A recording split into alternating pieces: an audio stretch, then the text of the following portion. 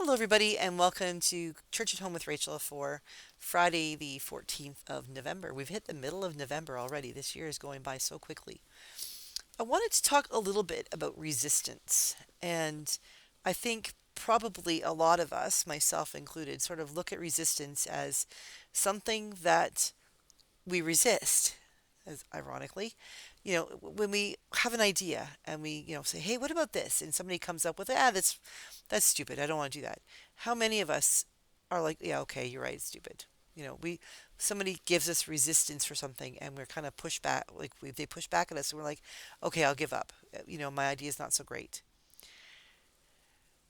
The fact is that sometimes we need to exercise resistance. We need to engage with it.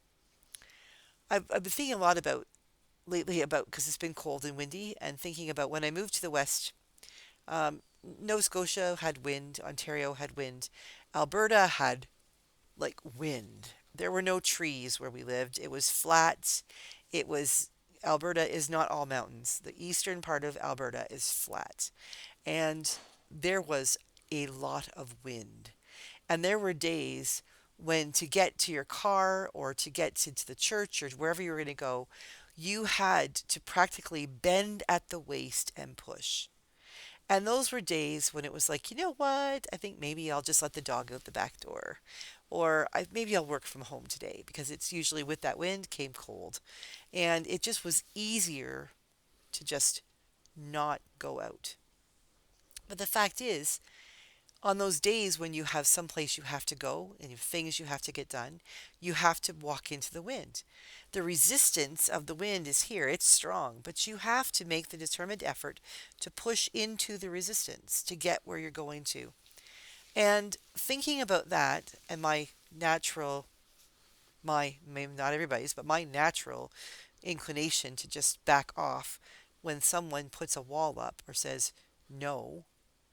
I get thinking about this, that how often do we resist resistance, and how often is it that we are required or we need to, not just for the job we need to do or whatever it is, but that our self development, our growth, our maturity requires us to resist the resistance, to embrace the resistance, to walk into the resistance.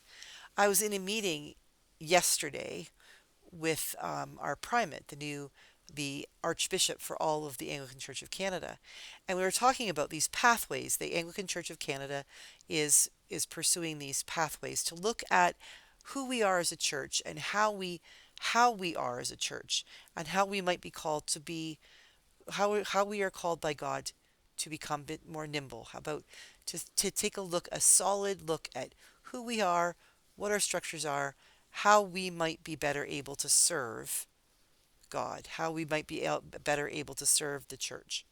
And so, in part of what he said, sometimes we have to walk into the resistance because it was really easy for us as people to simply come up against something hard and say, nope, it's okay, I'm done. I'm not going to do that. It's going to be too hard, or too many people are going to argue with me, or I don't have it in me. But if we think about it, how many times in our lives have we grown because of the hard things? I remember trying to teach my stepsons how to tie their shoes. They were probably 4 and 5 years old, and their mom had been buying them the Velcro shoes, which were really popular, still are. Rather than sitting down and teaching them how to tie their shoes. I remember one summer thinking, you know what, we've got them for the whole month, and I'm on holidays. I'm taking this task on. I am going to teach these little booger heads how to tie their shoes. We'll talk about resistance. A 4 and a 5-year old, both of whom are, you know, resistant to me as their stepmom, but also resistant to the idea of doing something that might take a little bit more time, might be a bit harder, because they really believe they couldn't learn how to tie their shoes. I knew better. I knew that they were perfectly capable of learning how to tie their shoes. But dear Lord, did I ever come up against resistance. But I pushed through. And at the end of the summer, at the end of the month they had with us, both of those boys could tie their shoes. And you know what happened? They went home with their brand new shoes with shoelaces, and their mom encouraged them to go back and use their old Velcro closed shoes. And come September, they didn't know how to tie their shoes anymore. Now they're both grown up, they're in their 20s. They know how to tie their shoes. But the reality is, they were really reluctant. They hadn't been pushed, they weren't encouraged to really push into resistance, to learn something even though it's hard. And that's, I think, something that we all need to remember, that even though something is difficult, that doesn't mean it's impossible, nor does it mean it's bad for us. Yes, it's great when things come easy, and we all know those people in our lives who, whatever they do, it just comes to them. The first time they learn how to do the rabbit ears and down through the hole and all those things, which I did not teach the kids how to do. I just taught them how to tie their shoes. No funny little games or poetry involved.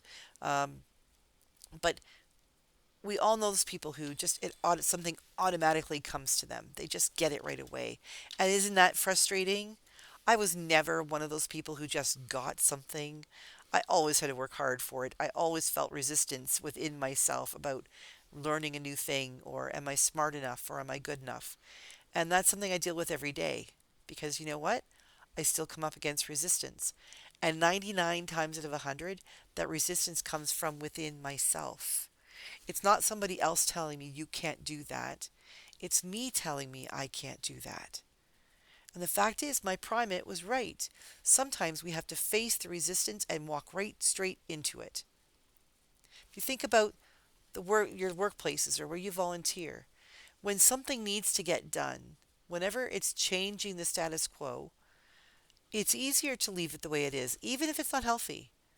Even if it's not a good situation, it's always easier to leave things. There's like a Newton's laws of physics or something around that something, an object that is at rest will remain at rest.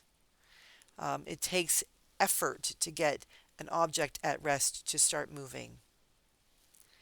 It also takes an effort in the other direction to get something moving to stop. So an item, an object that is at rest will want to remain at rest. An item, an object that is in motion will want to remain in motion. Well, when we run up against resistance, we're finding usually it's the resistance part that's not at motion. Whatever it is that's trying to stop us, it's an immovable force. And you know what? We have to make sure we try to move that immovable force, because most times it isn't actually immovable. It just takes extra effort. I don't know about you, but the very things that have caused me the most effort are the very things that have made me better at what I do.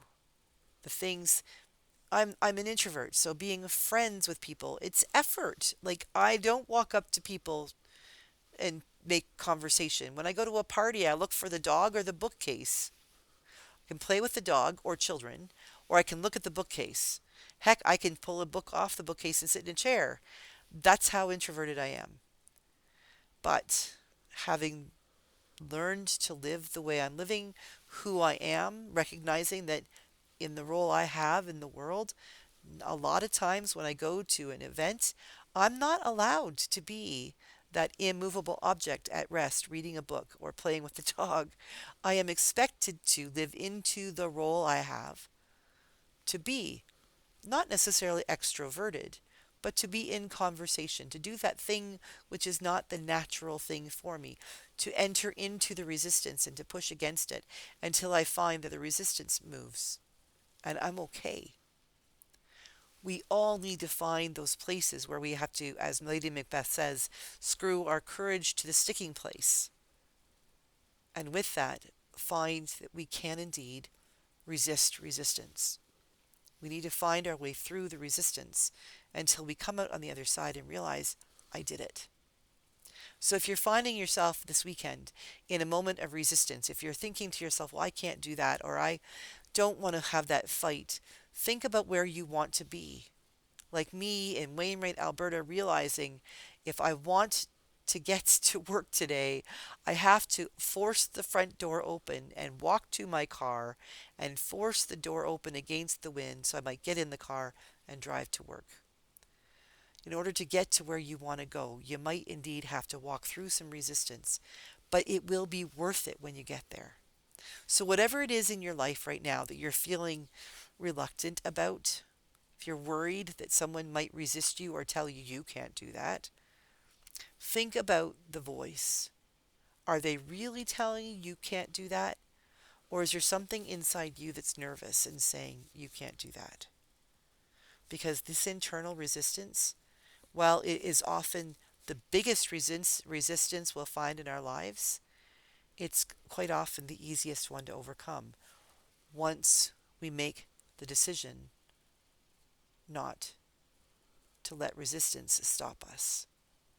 Resist the resistance. Go for it. As Nike says, just do it. See what happens. Sometimes you'll plow yourself right into a brick wall and you'll like, okay, it's resisting. But other times you'll discover, like the back of the wardrobe in on the Lion, the Witch, and the Wardrobe, the Chronicles of Narnia, as you go further, you realize there really wasn't anything to resist you at all except your own imagination.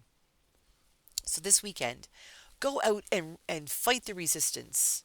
Find something that you didn't think you could do and give it a try. And then be proud of yourself and give yourself a pat in the back when you do it. Have a great day. God bless you. I will see you Sunday for Gospel on the Go and Monday for Church at Home with Rachel.